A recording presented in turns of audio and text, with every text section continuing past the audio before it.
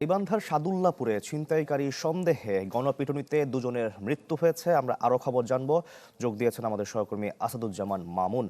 মামুন, ঘটনার বিস্তারিত জানাবেন। ছিনতাইকারী আসলেই তারা ছিলেন কিনা জানাবেন, নাকি নিছক সন্দেহে এই হত্যাকাণ্ড? শাকিল, আমি এই মুহূর্তে আছি খোদ্দ মুজাহিদপুর গ্রাম সাদুল্লাপুরে, যেখানে ঘটনাস্থলটা ঘটেছিল। এখানে তার আগে কিন্তু গাইবান্ধার যে সাদুল্লাপুর এবং টুটিয়াপুকুর নামক স্থান যে রয়েছে, সেখানে পাথার মাথা নামের একটা ব্রিজ রয়েছে, সেখানে কিন্তু তাদেরকে আটক করা হয়েছিল। সেখানে তাদের পালসার একটা মোটরসাইকেল পুড়িয়ে দেওয়া হয়েছে এবং তারপরে তাদেরকে কিন্তু এই মাঠে, আমি যদি দেখাই, এই মাঠের এইখানে কিন্তু তাদেরকে নিয়ে আসা হয়েছে এবং এখানে কিন্তু গণপিটুনিতে তারা দুজন মারা যায়।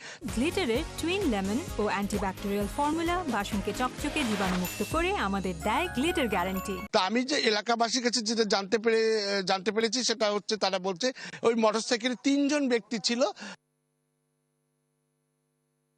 তারা হাতে লোককে আটক করে, তাদেরকে এখানে নিহত হওয়ার পরে পুলিশ সাদুল্লাপুর থানা পুলিশে ঘটনাস্থলে এসে লাশের সুরতাল করে এখান থেকে লাশ গাইবান্ধা জেনারেল হাসপাতালে পাঠিয়েছে পোস্টমর্টম করার জন্য।